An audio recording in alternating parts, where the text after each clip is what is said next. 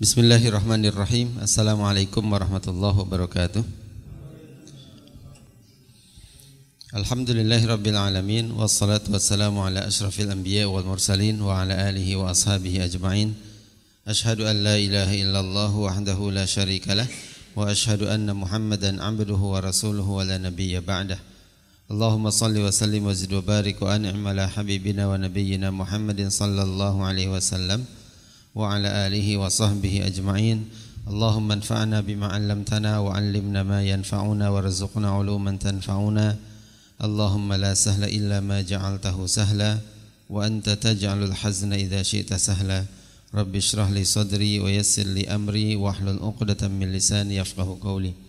Amma ba'du, ahibati fillah, Bapak-bapak dan Ibu yang dimuliakan Allah Subhanahu wa taala. Puji syukur kita panjatkan pada Allah. Pagi hari ini kita bisa bermuajah kembali di majelis ini. Mudah-mudahan apa yang kita dapat pagi hari ini menjadi amal saleh untuk kita, untuk bekal di akhirat. Salawat dan salam senantiasa kita aturkan pada Nabi kita Nabi Muhammad sallallahu alaihi wasallam, keluarga beliau, sahabat beliau dan seluruh umatnya yang melaksanakan sunnahnya sampai hari kiamat. Taib ahibati fillah, kita akan lanjutkan pembahasan kitab At-Tibyan fi Adabi Hamalatil Quran.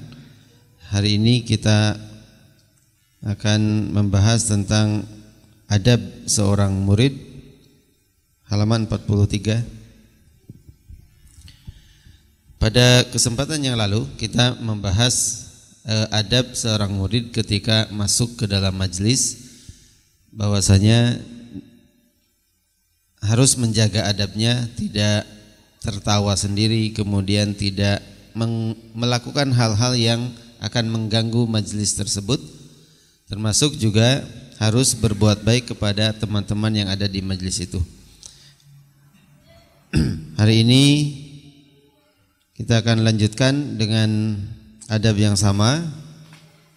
Ada hal yang sangat perlu untuk dicermati nanti terkait dengan mungkin banyaknya murid-murid yang kurang sopan kepada guru-gurunya. Nah, Imam An-Nawawi rahimahullah, beliau menjelaskan bagaimana sepatutnya seorang murid bersikap kepada seorang gurunya. Bismillahirrahmanirrahim. Faslun wa mimma yata'akkadul i'tina'u bihi alla yaqra'a 'ala syaikhi fi hali syughli qalbi syaikhi. Dan di antara hal yang sangat perlu diperhatikan adalah hendaklah seorang murid tidak menyetorkan bacaan Qur'annya kepada gurunya ketika kondisi hati gurunya sedang tidak tenang, sedang tidak stabil. Apa maksudnya tidak stabil? Yang pertama, karena sibuk. Ketika ustadz, ketika guru sedang sibuk, maka sebaiknya kita tidak datang memaksa beliau untuk kemudian menyetorkan hafalan kita. Atau meskipun hanya untuk datang dan meminta sedikit nasihat. Kalau guru-guru yang kita datangi sedang tidak nyaman, ya kita jangan memaksa. Wa malalih, atau ketika guru-guru kita sedang merasakan malal, itu artinya bosan. Mungkin lagi capek, lagi lelah, bosan nih gitu. Bahkan mungkin kadang-kadang hanya ketika diminta, saat saya mau setoran, saat enggak, udah tanpa ada alasan sama sekali. Nah, kita sebagai murid tidak boleh memaksa. Kemudian yang berikutnya, wastinfarihi wa ghammihi, atau ketika sedang marah.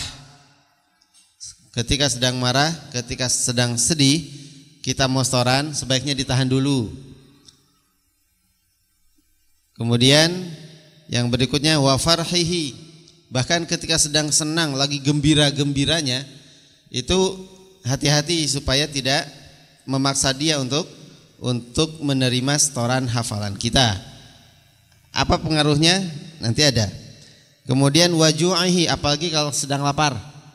Ustadz dari awal belum makan, kemudian tahu-tahu kita datang maksa ingin menyetorkan hafalan, maka otomatis dia tidak akan fokus, tidak akan konsentrasi.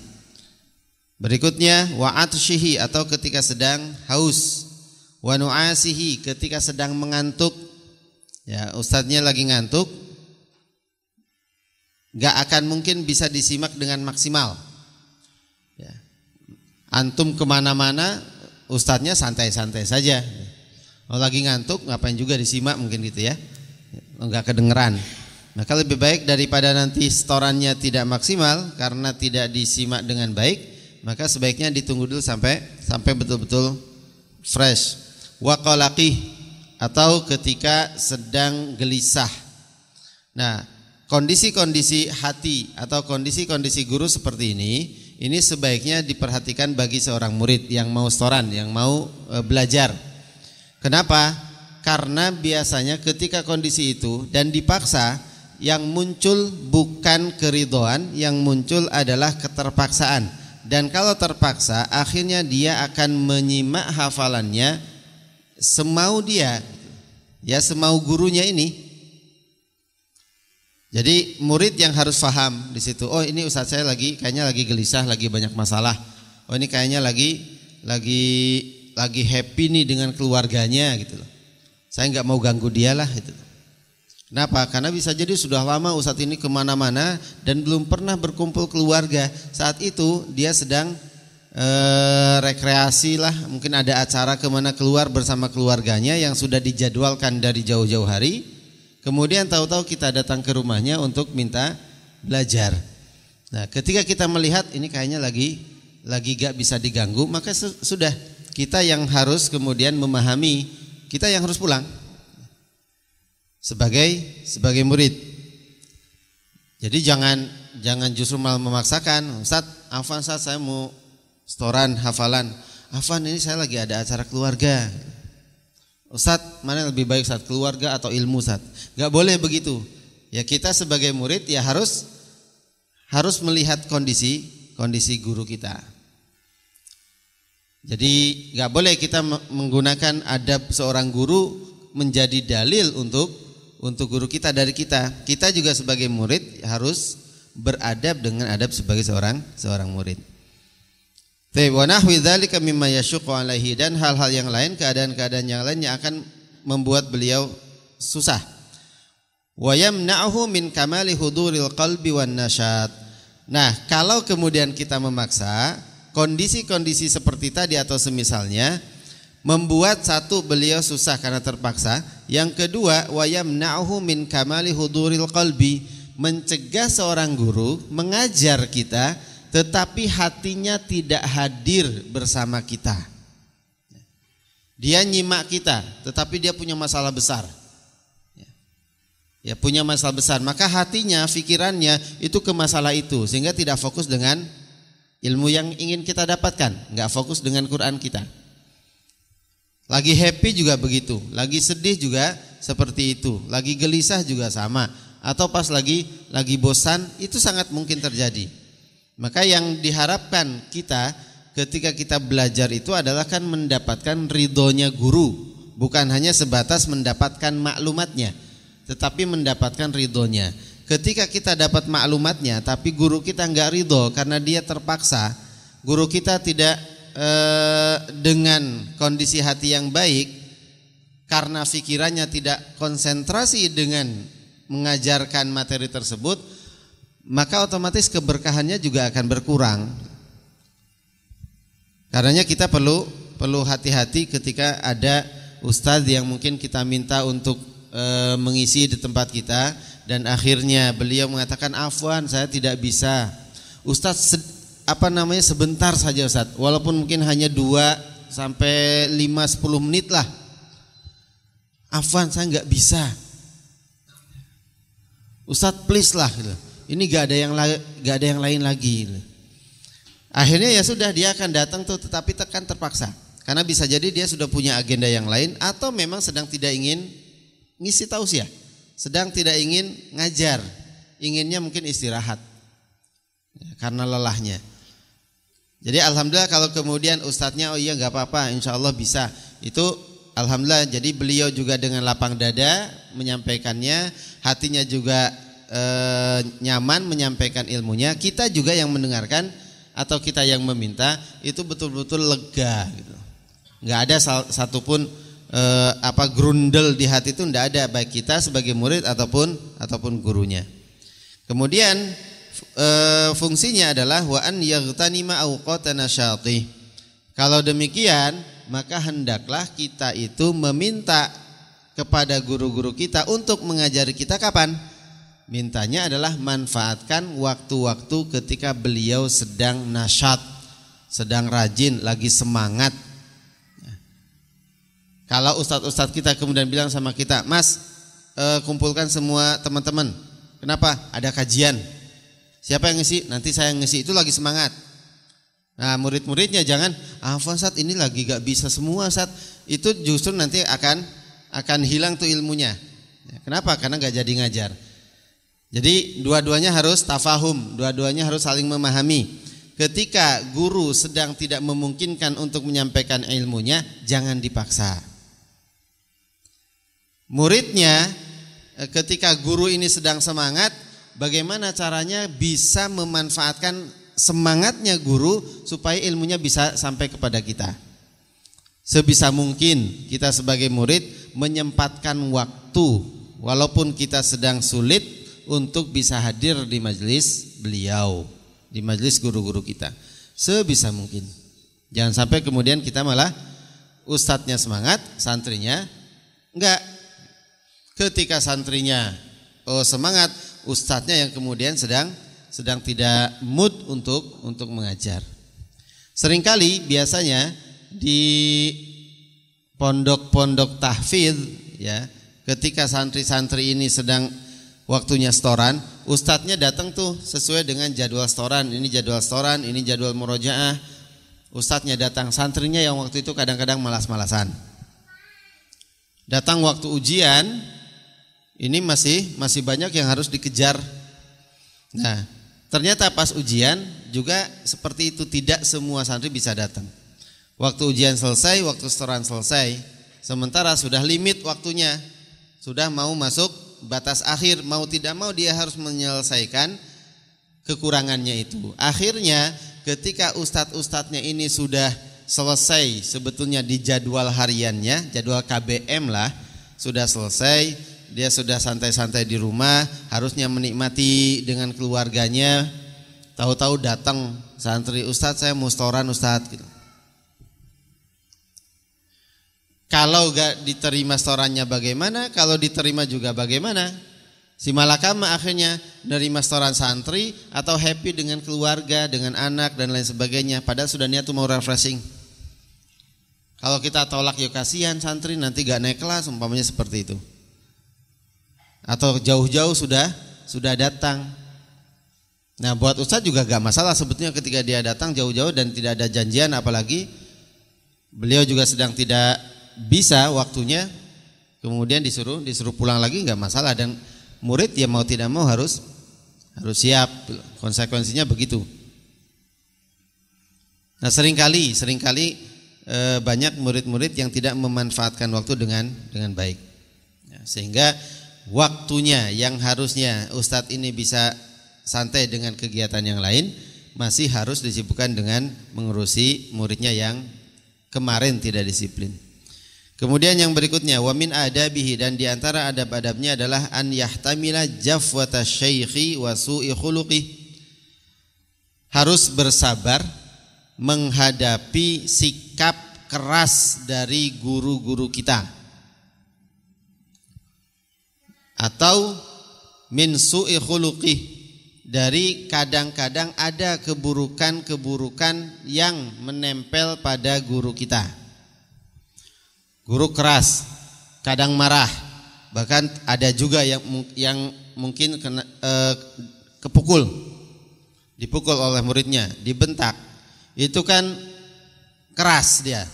Atau mungkin target-target harus tegas dia. Pokoknya kalau gak begini maka antum tidak bisa datang. Nah itu harus siap. Seorang murid gak boleh kemudian mutung, itu tidak boleh. Bahkan ketika dipukul pun itu tidak boleh kemudian kita marah. Kami dulu di halaqah tahfidz itu kami buat peraturan. Peraturannya 5 menit tidak ada yang maju setoran, saya pulang. Habis subuh setoran. Udah kumpul di halaqah, kemudian saya duduk. Ketika saya duduk di situ, saya masih harus menunggu. Sementara waktunya terbatas nanti. Mereka jam sekian harus makan, jam sekian lagi harus masuk sekolah. Maka mau tidak mau kita harus mendisiplinkan santri ini supaya jam sekian duduk langsung setoran, kemudian jam sekian langsung bisa pulang, agar agenda yang lain tidak terganggu. Maka begitu saya duduk, saya sampaikan, saya punya waktu toleransi buat antum semuanya 5 menit. 5 menit gak ada yang maju, saya pulang. Ada juga ustadz yang lain ternyata lebih keras lagi.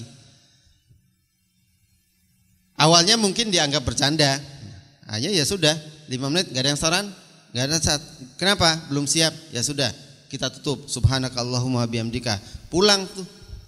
Besoknya masuk gitu, ya saya pulang lagi. Ketika mereka setiap hari hanya tidak bisa setoran, maka mau tidak mau kan nanti targetnya akan ketinggalan. Mereka akhirnya mau tidak mau supaya tidak terjadi hal yang seperti kemarin, mereka mulai mempersiapkan hafalannya dari malam. Karena tidak sedikit santri kalau setorannya subuh, ngafalnya mulai subuh. Sehingga di halaqah itu masih ngafal, dia belum siap untuk setoran. Enggak sedikit yang begitu. Atau ketika datang terlambat diberlakukan, datang terlambat push up. Itu biasa. Itu jafwatu syekh, kerasnya syekh, tapi untuk disiplin. Enggak boleh kemudian, wah enggak enak nih, kita enggak bisa masuk semau kita gitu. Ada kontrak belajar dibuat di situ, ya sudah itu yang harus ditaati. Telat 5 menit, push up 5 menit. Tambah 1 menit, itu nanti tinggal kali 10. 6 menit ya 5 kali 10. Udah tambah terus begitu. Sampai pernah masuk kelas, santri sampai push up 200 kali. Karena telatnya banyak. Suruh baca nggak bisa, kemudian diberikan sanksi, push up, rolling atau berdiri depan. Itu sifat-sifat jafwatu syekh, sifat kerasnya syekh, dan kita sebagai guru harus terima itu, sabar, nggak boleh mutung. Apalagi mungkin kadang sampai ada guru yang memang temperamen, dia kadang mukul. Ya, bahkan ketika dipukul pun kita tetap harus sabar sebagai murid. Di sini ada yang pernah disiram pakai air kopi sama guru? Mudah-mudahan enggak ada. Ya. Tapi kejadian semacam itu banyak. Ya. Ada yang ketika setoran enggak lancar setorannya, gurunya ini bawa kopi, dilempar pakai kopi, Pak. Ya santrinya gimana? Kalau santri sekarang, santri milenial lapor tuh sama polisi. Nah, lapor sama orang tuanya, dilaporkan sama polisi, selesai itu urusan. Tapi dia nggak dapat berkah. Kopi masih panas. Tapi setelah dilempar lancar terus, Pak. Ngajinya lancar, jadi ustadz besar gitu. Mungkin memang harus begitu dulu gitu. Ada juga kita juga mengalami beberapa ada yang gak bisa pakai tarbiyah apapun, gak bisa dilembutin, gak bisa ditoleransi, gak bisa. Suatu hari dia punya masalah, kemudian maksudnya masalah itu melanggar, sama ustadznya ini mungkin saking mangkelnya ya sudah gak bisa diatur, dipukul. Setelah dipukul, Pak, jadi baik dan selesai. Artinya jenjang yang harus dia lalui itu betul-betul selesai. Padahal semua sudah pesimis, kayaknya gak mungkin dia bisa selesai. Meskipun memukul itu tidak baik gitu. Tetapi ada kalanya seorang guru mau tidak mau harus memukul karena mungkin terlalu parah. Ya. Kalau istilah yang ada di beberapa pesantren itu, ada beberapa yang mengatakan kalau sampai dipukul itu tarbiyah Vietnam. Ada santri yang tuh sampai direndam malam-malam di sungai. Ya mungkin kalau lihat di luar ini keras banget nih. Yang pondok ki keras sumben awakmu rasane yang pondok yo. Timbang koyo ngono rusak awakmu. Ya habis nanti sama ustadz-ustadznya. Sebetulnya enggak berlebihan juga gitu loh. Tapi masya Allah gitu loh. Mungkin karena yang mukul, yang menghukum juga nggak pakai nafsu. Ya tetap namanya orang mukul pasti mungkin ada sebab musababnya. Tetapi ikhlas dia. Niatnya adalah untuk mendidik, mentarbiyah, meluruskan setiap kesalahan yang ada pada murid-muridnya ini, maka akhirnya banyak yang jadi. Sementara ketika diujo, dimanja, itu lebih banyak yang tidak kuat terhadap tantangan nanti ketika dia sudah besar. Jadi jafwatu syekh, ketika syekhnya itu keras kepada murid, kita harus bersabar. Ada satu pondok, ketika masuk ke pondok itu, dia tidak boleh setoran kecuali selesaikan dulu surat Al-Fatihah selama 1 bulan. Bukankah setiap orang yang masuk pondok itu Al-Fatihah sudah hafal? Tapi masuk pondok ini gak boleh belajar yang lain kecuali selesaikan dulu Al-Fatihah 1 bulan. Itu orang kalau muridnya gak sabar itu keluar Pak. Lah ngapain lagi setoran Al-Fatihah? Semua bapak di sini Al-Fatihah, masuk sana sebulan dulu, selesaikan dulu. Tapi bismillah, ya setelah itu dapat tuh proses selama 1 bulan itu kita bahasanya mungkin ngalap berkah, belajar sabar, belajar untuk lapang dada, belajar banyak hal yang bisa jadi nggak ada kaitannya dengan materi tahsinnya, dengan materi Qur'annya, tapi dengan materi kehidupan dan keberkahan-keberkahan yang lain kita akan belajar di situ. Jadi nggak boleh kita anggap bahwasanya kita nggak dapat apa-apa nih 1 bulan, cuma Fatihah tok. Fatihah tok rasa mondok aku apal, nggak bisa begitu.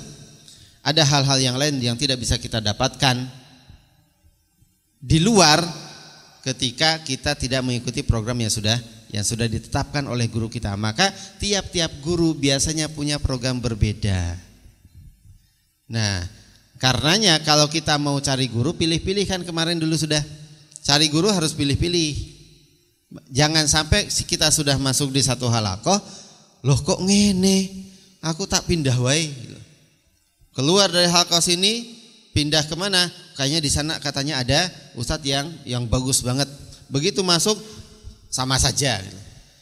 Dia mencari yang sesuai dengan kondisi hatinya, mencari yang ingin apa yang disampaikan oleh gurunya itu sesuai dengan keinginan hatinya. Padahal nggak mungkin sebagus-bagusnya sekolahan, ya, guru-gurunya guru-guru terbaik yang katanya bahwa setiap murid di situ pasti akan kerasan dengan metode yang diberlakukan di situ. Pasti ada sesuatu yang membuat santri itu, murid tersebut ingin keluar karena tidak nyaman di tempat itu. Walaupun lebih banyak nyamannya, tapi ada sesuatu yang tidak sesuai dengan keinginan hatinya. Ada saja. Saya pernah di ke Jawa Barat, satu sekolahan besar, sekolah internasional, punya tokoh nasional, yang punya itu tokoh nasional. Semua orang kerasan tuh di situ. Qadarallah wa ma syaa fa'al. Ada satu yang membuat santri-santrinya agak gimana gitu.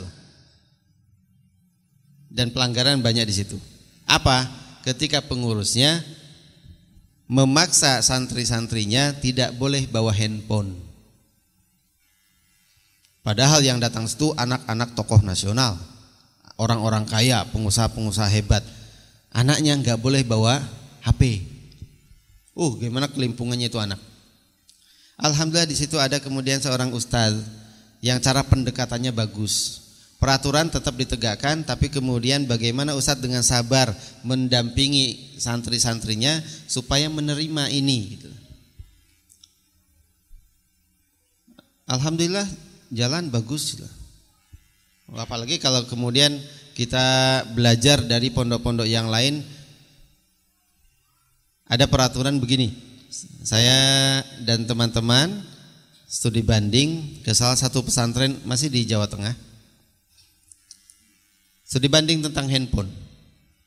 Pertama berangkat ke Gontor. Semua orang tahu di Gontor gak boleh bawa handphone kan. Nah, kita tahu di sana, tapi bagaimana aplikasi peraturan di situ? Kita belajar di situ. Kita berpikir di Gontor sudah keras banget. Ternyata ada yang jauh lebih keras. Tentang rokok. Ya. Santri kalau datang kemudian merokok ketahuan bagaimana? Kita tanya ke Gontor, kita tahu juga di Gontor seperti apa gitu. Dan kita menganggap bahwasanya Gontor itu sudah paling keras. Ternyata di Jawa Tengah ada satu pesantren sudah lama tuh, yang hukumannya lebih keras, sama handphone tidak boleh juga, nggak boleh sama sekali bawa handphone. Yang boleh bawa handphone hanya ustadz. Yang kedua terkait masalah rokok, kalau di Gontor kan paling cuma digundul. Tempat saya juga dulu di Ciamis digundul, ketahuan merokok digundul, kemudian paling nanti dihukum dikasih rokok 2 suruh ngabisin. Jadi kalau ada yang suka ngerokok kemudian dia ketahuan dikasih rokok tuh 2 batang langsung, tapi ya kemudian ditutup sama ember biasanya gitu. Jadi kan mulek itu di dalam. Nah di pondok yang kita datangi itu, yang studi banding di daerah Jawa Tengah ini, yang ngerokok itu langsung dikasih rokok hampir sama, tapi 1 bungkus, suruh disedot semua, ya. Kemudian kasih ini tutup. Wah, pondok saya cuma 2, ini 1 bungkus. Ada yang lainnya ketika dia merokok itu dikasih denda, ketahuan 1 batang 200.000, ya 2 batang 400.000. Ya tinggal dihitung-hitung aja. Santri itu kalau hukumannya ada kaitannya sama uang, mereka berat banget. Setoran juga ada yang begitu. Antum hari ini gak setoran 50.000, 2 hari 100.000. Padahal uang jajannya ya cuma 100.000 1 bulan. Maka berusaha mati-matian untuk tidak ghaib. Nah, ada ustadz-ustadz yang menerapkan hal-hal semacam itu. Tujuannya biar disiplin, sebetulnya begitu. Maka sekeras apapun guru kita, sebagai murid kita tetap harus sabar. Kemudian wala yasuddahu dzalik an mulazamati wa i'tiqadi kamalihi. Dan ketika guru-guru itu keras sikapnya terhadap kita sebagai muridnya, jangan sampai membuat kita menghalangi kita untuk terus belajar kepada beliau. Daripada sampai sini keras banget peraturannya, mending saya keluar. Wah susah nih halakoh ini, berat banget. Kadang di halakoh dikasih mutabaah, qiyamul lail, sholat di masjid berjamaah, kemudian puasa sunnah, ya, kemudian infak. Itu kadang ada mutabaah itu. Padahal kita niatnya pengen ya sudah yang penting datang belajar, duduk santai, habis itu pulang. Ternyata kok ada konsekuensinya tuh dari ustadznya. Kalau antum belajar sama saya, halaqah saya, maka mutabah ini harus diisi. Nanti ada evaluasi, setelah dievaluasi 1 minggu ini, 1 pekan ini qiyamul lailnya antum berapa kali, berapa rakaat, kemudian salat di masjid berapa kali, olahraganya berapa kali. Begitu dievaluasi ternyata tidak full atau mungkin hanya ada beberapa hari yang kosong, dan kemudian ada hukuman. Taib, hukuman antum adalah ini. Wah ngaji kok kayak gini ya, kayak militer banget gitu. Tujuannya adalah untuk disiplin. Nah kalau kita ada di halaqah tersebut, maka tidak boleh kemudian kita marah dan kemudian akhirnya kita putuskan saya tidak mau lagi di halaqah ini. Kenapa? Karena gurunya keras. Bukankah kita sering mendapatkan satu label, guru ini, ustadz ini killer. Tapi biasanya justru yang seperti itu yang akan diingat. Kalau di pesantren, bagian kesantrian itu adalah ustadz-ustadz yang paling seolah-olah kayak paling dimusuhi lah. Karena sebagai penegak keadilan. Ada pelanggaran kesantrian, ada ini kesantrian. Ada masalah nanti kesantrian. Maka orang tua paling banyak kenal itu dengan bagian kesantrian. Nah, dengan yang lain-lainnya kadang tidak paham. Wa i'tiqadi kamali, kerasnya atau buruknya akhlak seorang guru itu tidak boleh membuat kita akhirnya mulai tidak mulai nggak percaya. Jangan-jangan ustadz saya ini memang nggak punya ilmu, bisanya cuma nyeneni tok gitu. Jadi menyangka bahwasanya yakin nih ustadz ini nggak sempurna nih ilmunya. Kami dulu biasanya begini. Ketika ada santri yang tidak yang setoran, santri setoran kemudian dia tidak lancar, kan ada batasnya tuh, ada batasnya bahwa dia tidak lancar itu satu halaman tidak boleh lebih dari 2. Kalau ada 2 kesalahan maka makbul, diterima. Tapi kalau lebih dari 2 maka dia ditolak satu halaman itu. Ketika umpamanya santri ini tidak lancar, ustadznya gak mau ngasih tahu, ada yang sama sekali belas gak mau ngasih tahu, sampai santrinya suruh mikir sendiri. Ada juga yang begitu salah kasih tahu, ada. Nah, ketika ustadz ini gak mau ngasih tahu sama sekali, atau terlalu banyak salahnya,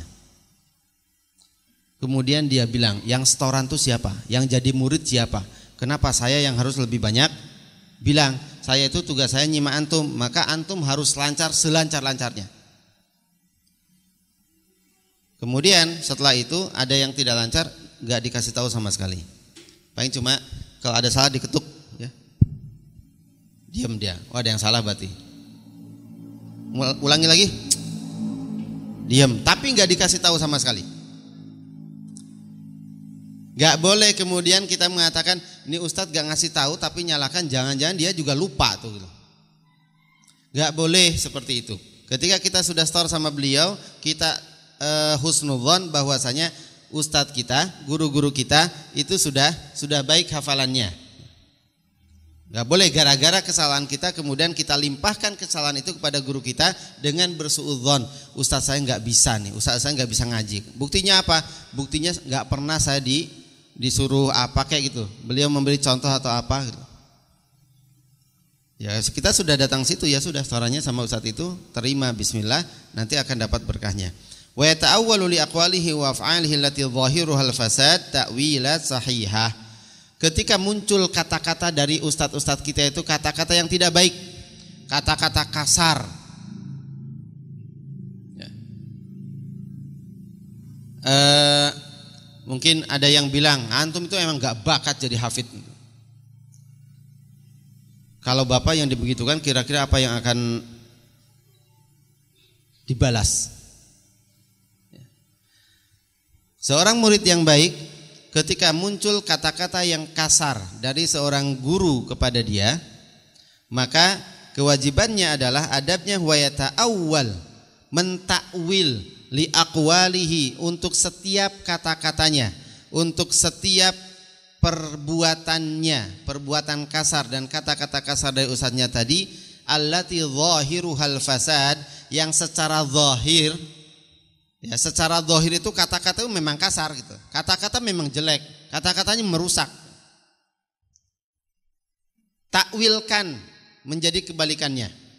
Wa yata'awwal li aqwalihi wa af'alihi allati zahiruha al-fasad ta'wilatin sahihah. Takwilkan dengan takwil-takwil yang baik.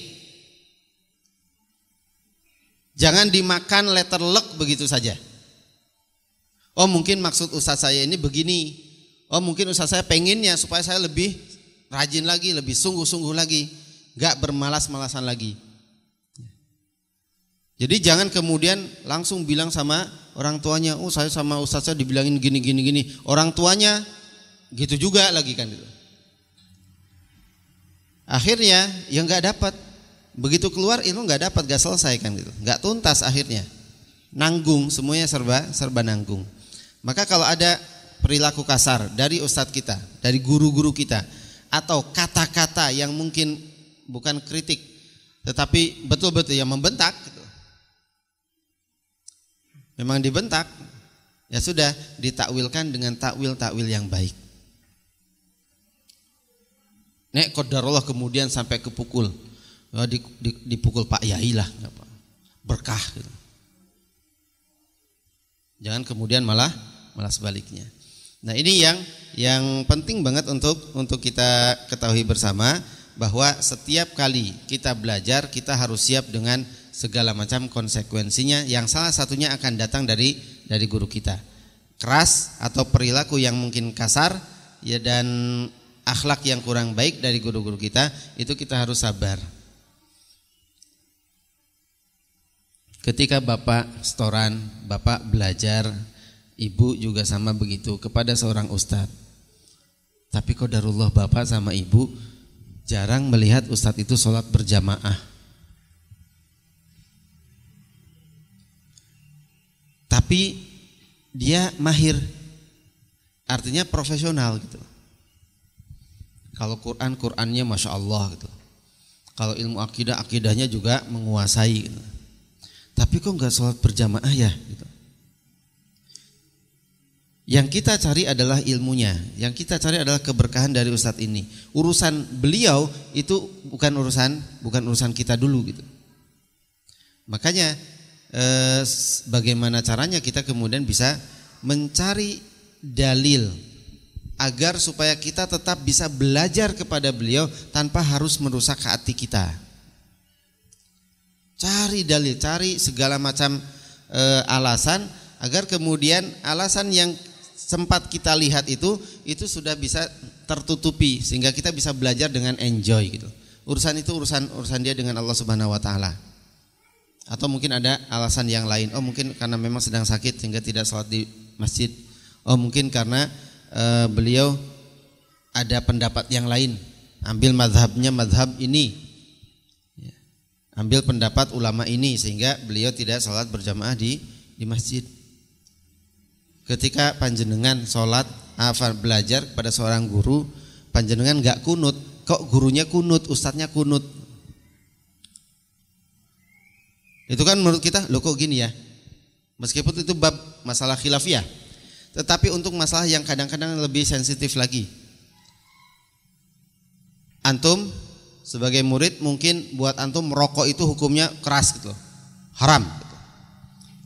Qadarullah dapat ustadz ngerokok. Itu gimana rasanya gitu loh. Mau ditolak belajar sama beliau, cuma beliau satu-satunya guru yang ada di situ dan bagus gitu loh. Maksudnya hafalannya Masya Allah. Kalau kita keluar dari situ kita nggak akan dapat Qurannya gitu. Nah mau gimana lagi? Udahlah itu bab dia gitu loh. Urusannya sama dia, yang penting saya dapat Qurannya. Tapi saya nggak kuasa bau mulutnya itu loh. Kalau pas ngasih tahsin tuh, itu kan mambu bako kan. Ya gimana lagi? Cuma beliau satu-satunya, nggak ada yang lainnya. Ketika dia ditinggalkan, kita nggak dapat semuanya gitu. Adab sama gurunya nggak dapat, Qurannya nggak dapat, ilmu yang lain juga tidak dapat. Ya sudah, isbir, tahammal. Tahan, kuatkan beban kita, berdoa sama Allah Subhanahu wa taala. Bayangkan dulu ketika kita sama setoran dengan Ustaz Syihab, itu bagaimana kita bisa setoran dengan nyaman banget lah. Panjenengan tahu Ustaz Syihabuddin. Kemudian ketika beliau berangkat safar dalam waktu yang cukup lama, akhirnya didatangkanlah ustadz yang lain untuk setoran sama kita. Dulu kita setoran sama Ustaz Syihab, saya setoran sama beliau, hafizahullah. Ketika beliau nyimak saya seperempat juz, ya seperempat juz itu 5 halaman, itu 5 menit 10 menit selesai. Perasaan saya sudah lancar gitu, maka bisa selesai. Ketika beliau kemudian pergi ada safar, diganti dengan yang lain, ada ustadz dari Jawa Timur, nggak bisa Pak. 5 halaman ini jadi 5 menit lagi nggak bisa. Minimal setengah jam. Ada ustadz teman kita yang satu lagi, a'udzubillah nggak selesai 15 menit. A'udzu itu ditahsin tuh. Diulangi terus 15 menit cuma a'udzu. Itu nih gak sabar Pak, mutung, gak mau lagi setoran. Lah tapi gimana? Lah adanya cuma itu. Ya keadaannya begitu, ya sudah kita terima. Ngerokok lagi. Ustaz Syihab enggak ngerokok, alhamdulillah kita enggak ngerokok. Begitu beliau safar, yang datang gantinya beliau ngerokok lebih keras dari yang sebelumnya, lebih keras dari Ustaz Syihab. Kalau enggak setoran ya gimana? Dong kita ingin ngafal Quran. Ayo bismillah lah. Kita terima apapun konsekuensinya. Alhamdulillah gak lama, cuma 1 bulan. 1 bulan beliau kemudian keluar, ada urusan, diganti yang kedua. Yang kedua orang Solo, yang ngerokokan juga. Tapi Masya Allah yang ngerokok ini Qurannya lancar-lancar. Apa syaratnya lancar ya kudu ngerokok. Masya Allah waktu itu ya nggak ada, waktu itu jarang, masih jarang hafid-hafid yang nggak ngerokok. Bukan jarang karena tidak ada, kita mungkin yang belum mengenal banyak gitu loh. Tapi tahun 98 tuh memang tidak baik. 98, 99, 2000 itu masih belum familiar lah. Cari-cari tidak ada, kecuali yang memang kebanyakan merokok. Nah sampai hanya ketika Ustaz Syihab pulang dari safarnya, kemudian kita setoran lagi sama beliau, ternyata jauh lebih keras daripada Ustadz yang 2 orang ini tadi. Awalnya bacaannya biasa, kemudian ketika beliau pergi safar ke Syria, belajar lagi di Syria, dapat sanad, akhirnya kita setoran sama beliau dan ternyata lebih ketat daripada yang pengganti beliau ini. Wah, Ustaz Syihab berubah ini, beda madhab lagi. Padahal ya seperti itulah belajar gitu. Ditahsin. Bahkan kadang-kadang belajar Quran nggak tahu kapan harus selesai. Ya, kita ditarget ya, kalau di Iskarima saat ini target yang matik ya 3 tahun harus selesai, yang imtak 3 tahun harus selesai, STQ 4 tahun harus selesai, ujiannya sekian tahun. Tapi ada beberapa pesantren, beberapa ustadz yang tidak memberikan waktu. Jadi ketika ditanya berapa lama saya bisa selesai di sini, tergantung berapa kuat antum duduk di sini. Ada yang sampai 7 tahun belum selesai, hanya belum bisa keluar sanad. Apalagi kalau sudah sampai tingkatan sanad. Di tempat kita ada ustazah ya, syekhah, beliau mengeluarkan sanad.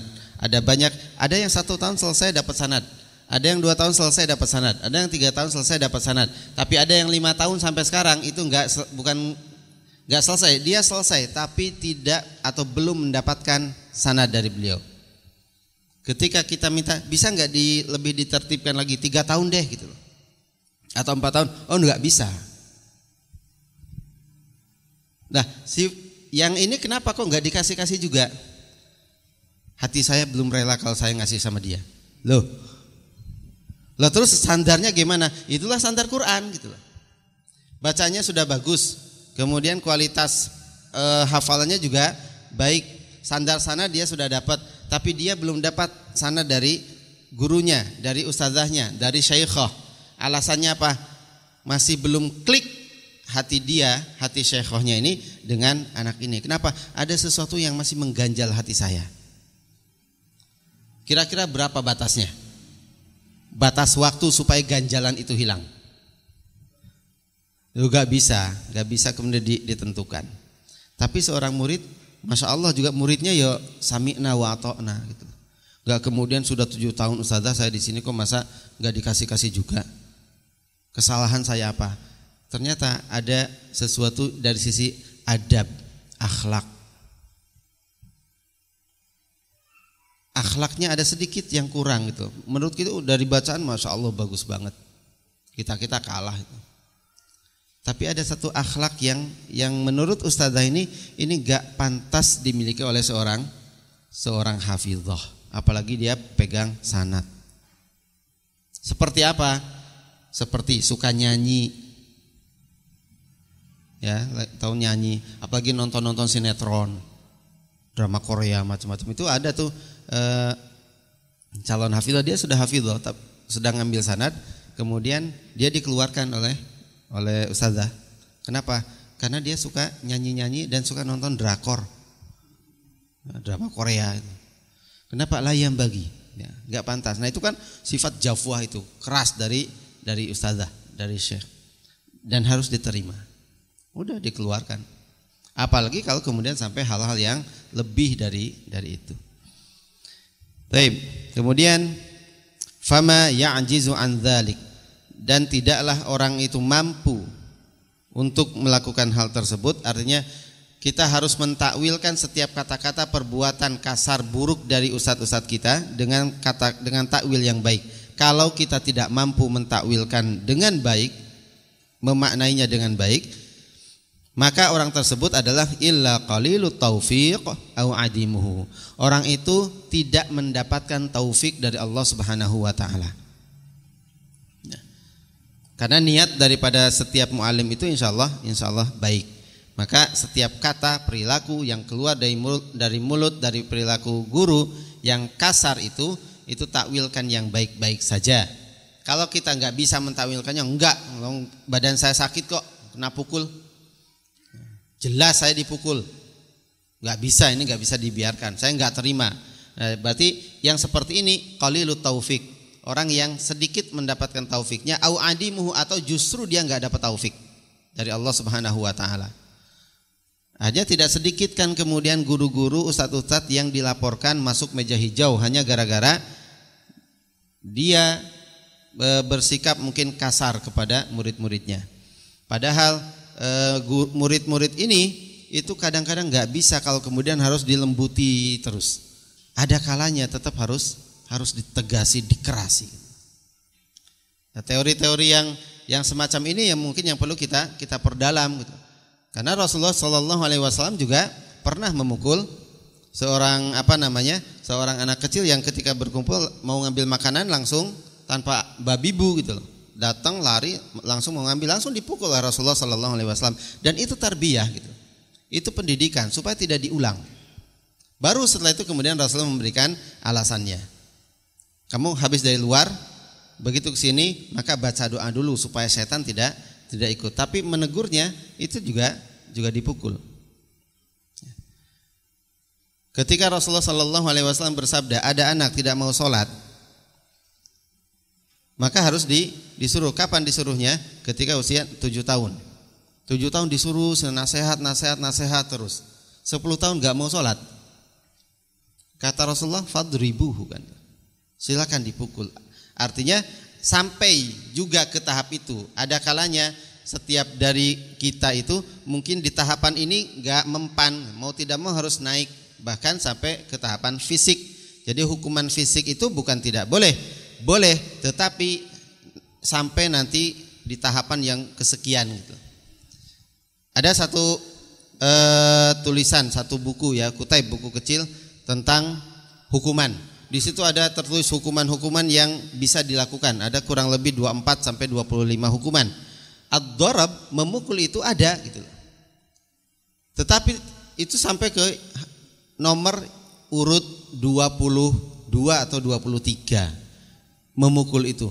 Artinya jangan langsung ke 23 gitu. Tapi dari atas dulu. Tapi ada, boleh memukul itu, boleh gitu. Meskipun Rasulullah SAW beliau juga menjelaskan alat pukulnya seperti apa, yang dipukulnya bagian mana, itu jelas. Cuma kadang kita tidak memperdalam, enggak mencari keterangan, sehingga pakai alat pukul yang tidak aman. Yang dipukul juga tidak aman. Apalagi kalau kemudian sudah emosi, apa aja kena gitu. Itu terkait dengan bagaimana ketika guru kita kasar atau mungkin tegas, keras lah. Bukan kasar tapi keras. Wa idza jafahu syaikhu, kemudian ketika guru kita keras sama kita atau marah bahkan kepada kita, apa yang perlu kita lakukan? Ibtada'a huwa bil i'tidhari ila syaikh. Meskipun yang salah bisa jadi syekhnya, meskipun yang salah bisa jadi gurunya, tapi kita sebagai murid, kitalah yang harus pertama kali meminta maaf. kepada guru kita. Loh, yang salah bukan kita kok. Bukan masalah salah, yang salah siapa? Tapi beliau seorang muallim, beliau seorang guru, dia keras sama kita itu bisa jadi ada sesuatu gitu loh. Makanya sudah datang saat afwan, Pak Yai, afwan, saya minta maaf kalau saya mungkin menyakiti hati panjenengan, itu tidak apa-apa. Mungkin di situ ada yang ramai kan gitu. Di situ ada yang ramai, kita menegur supaya tidak ramai. Kan niatnya baik. Nah, tetapi buat yang tidak tahu, mungkin buat gurunya ya taunya kita ikut-ikutan ramai di situ. Langsung kita juga kena hukuman. Nah, meskipun kita tidak salah, niat kita adalah untuk menegur supaya tidak ramai, maka tetap ketika ustadz kita, guru kita itu menegur kita, kita yang harus minta maaf. Jangan sampai kemudian gurunya minta maaf. Jangan sampai. Walaupun yang salah beliau, tapi kita sebagai murid minta maaf terlebih dahulu. Afwan, karena bisa jadi keridhaan beliau ketika kita minta maaf itu akan membuat hatinya lapang dan akhirnya ridho. Ya, saya ridho dengan kamu, sehingga ilmunya barokah. Ketika nanti kita selesai belajar dari beliau, di situ kita akan tahu keberkahan yang akan kita dapatkan dari keridhaan setiap guru-guru kita. Itu juga yang disampaikan oleh Imam An-Nawawi rahimahullahu taala, wa azhara anna dzanba lahu, minta maaf yang pertama, kemudian perlihatkan bahwa yang salah itu dia, muridnya. Wal ataba alaihi, dan dia berhak untuk mendapatkan teguran atau mendapatkan hukuman. Fadzalika anfa'u lahu fid dunya wal akhirah. Karena yang demikian itu jauh lebih bermanfaat bagi dia di dunia dan di akhirat. Wa anqa liqalbi syaikhi, dan jauh lebih membuat hati syekh itu lebih bersih. Ya, kalau sudah memaafkan syekhnya, nah, kita akan dikucuri sekian banyak hikmah yang beliau ada, sekian banyak ilmu yang beliau miliki. Tapi kalau beliau tidak ridho, ada ilmu-ilmu yang mungkin tidak akan diberikan kepada kita. Padahal bisa jadi itu adalah ilmu-ilmu inti.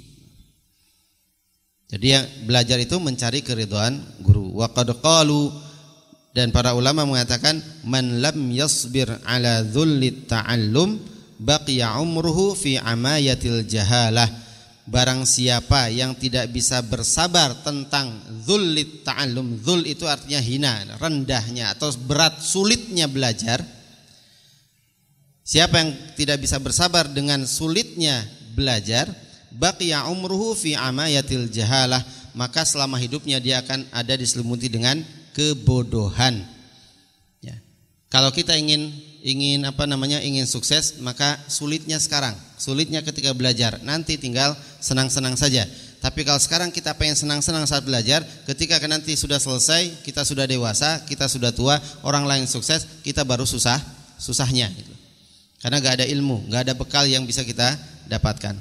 Itu yang disebut, barang siapa yang tidak bersabar dengan kehinaan menuntut ilmu. Kenapa dikatakan kehinaan? Karena ketika belajar kita mau tidak mau harus merendahkan diri supaya nanti muallim itu bisa memberikan ilmu sebanyak-banyaknya kepada kita. Maka sepanjang hidupnya ia berada dalam gelapnya kebodohan. Wa man sabara alaihi ala amruhu ila izzil akhirati wad dunya, dan barang siapa yang dia bisa bersabar, maka ia telah menyerahkan urusannya pada kehormatan akhirat dan juga dunia. Wa minhul atharul masyhur, dan ada asar yang sangat masyhur dari Ibnu Abbas radhiyallahu anhuma, zalaltu taliban fa'azaztu matluban.